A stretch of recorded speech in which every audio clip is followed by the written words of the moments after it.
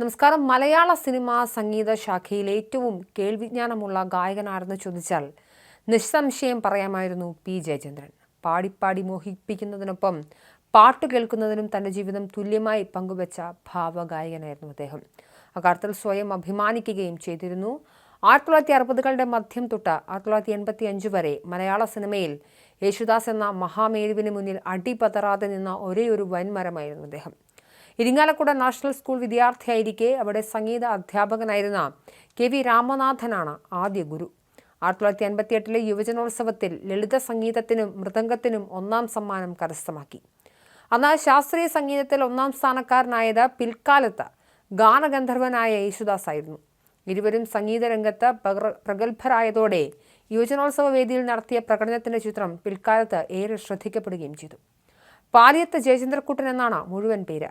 എറണാകുളത്തെ രവിപുരത്താണ് ജനിച്ചത്. പിന്നീട് കുടുംബം ഇരിങ്ങാലക്കുടയിലേക്ക് താമസം മാറി. തൃശൂർ സ്വദേശി ലളിതയാണ് വിവാഹം ചെയ്തത്. ലക്ഷ്മി എന്ന മകളും ദിനനാഥ് എന്ന മകനുമാണ് ഈ ദമ്പതികൾക്കുള്ളത്. മലയാളം, തമിഴ്, കന്നഡ, തെലുങ്ക്, ഹിന്ദി എന്നീ ഭാഷകളിൽ ഗാനങ്ങൾ ആലപിച്ചിട്ടുണ്ട്.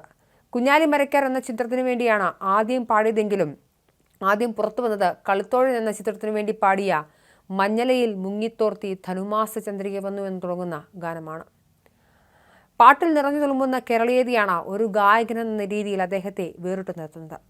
കുഞ്ഞാലി മരയ്ക്കർ എന്ന സിനിമയ്ക്ക് വേണ്ടി പി ഭാസ്കരൻ എഴുതി BA ചിദംബരനാഥ് സംഗീതം പകർന്ന ഒരു ഗാനം പാടിക്കൊണ്ടാണ് മലയാള സിനിമയിൽ ജയചന്ദ്രൻ അരങ്ങേറ്റം കുറിച്ചത്. എന്നാൽ അദ്ദേഹത്തിൻ്റെതായി ആദ്യം പുറത്തു വന്നത് 1966 കളിത്തോഴൻ എന്ന ചിത്രത്തിനു വേണ്ടി പാടിയ 2 സോളോ ഗാനങ്ങളായിരുന്നു. ഒന്ന് മഞ്ഞലയിൽ മുങ്ങിത്തോർത്തി എന്ന വിരഹഗാനവും താരുണ്യം തന്നെ താമരപ്പൂവനത്തിൽ എന്ന തമാശപ്പാട്ടും. വിപരീത സ്വഭാവമുള്ള 2 പാട്ടുകൾ പി ഭാസ്കരൻ്റെ തൻ്റെ തന്നെ രചനയിൽ G ദേവരാജൻ ഈണം പകർന്ന പാട്ടുകളായിരുന്നു. 1967 കുഞ്ഞാലി മരയ്ക്കാറും റിലീസായി. ഇതിൽ പ്രേമ എന്ന ഗായികയോടൊപ്പം ഒരു മുല്ലപ്പൂമാലയുമായി എന്ന യുഗ്മഗാനമാണ് ജയചന്ദ്രൻ പാടിയത്. പിന്നീട് മലയാള സിനിമയിൽ താരപരിവേഷം ചാർത്തപ്പെട്ട ഒരു ഗായകനായി തീരാൻ ജയചന്ദ്രൻ അധികം നാൾ വേണ്ടി വന്നില്ല. 4 ദക്ഷിണേന്ത്യൻ ഭാഷകളിലുമായി പ്രമുഖരായ സംഗീത സംവിധായകർക്കൊപ്പം ചേർന്നുകൊണ്ട് അനേകം ഹിറ്റുകൾ ഈ ഗായകൻ സൃഷ്ടിച്ചു. സ്വന്തമായ വലിയൊരു ആരാധക സമൂഹത്തെ തന്നെ സൃഷ്ടിച്ചു. മലയാള ഭാഷയെ ഏറ്റവും വിലമതിച്ച ജയചന്ദ്രൻ കവിതകളെയും ഹൃദയത്തിൽ കൊണ്ടു നടക്കുന്ന ഒരു കലാകാരനായിരുന്നു. പി കുഞ്ഞിരാമൻ നായരും ചെങ്ങമ്പുഴ കൃഷ്ണപിള്ളയും എഴുതിയ കാൽപ്പനിക തുളുമ്പുന്ന പ്രണയ കവിതകളോട് വലിയ താല്പര്യമായിരുന്നു അദ്ദേഹത്തിന്. തമിഴിലാകട്ടെ കവിജ്ഞർ കണ്ണദാസനോടായിരുന്നു അദ്ദേഹത്തിന് പ്രിയം. ആലാപനത്തിൽ പുലർത്തുന്ന സ്വാഭാവികതയാണ് ജയചന്ദ്രൻ എന്ന ഗായകന്റെ പാട്ടുശൈലിയിലെ മറ്റൊരു സവിശേഷത. പാടുമ്പോൾ എല്ലാം സ്വാഭാവികമായി സുന്ദരമായി ഒഴുകിയെത്തുന്നു. ഒരു യുവഗായകനും അദ്ദേഹത്തെ അനുകരിക്കാൻ ശ്രമിക്കാതിരുന്നതും ആ അനുപമ ശൈലി കൊണ്ടാവണം.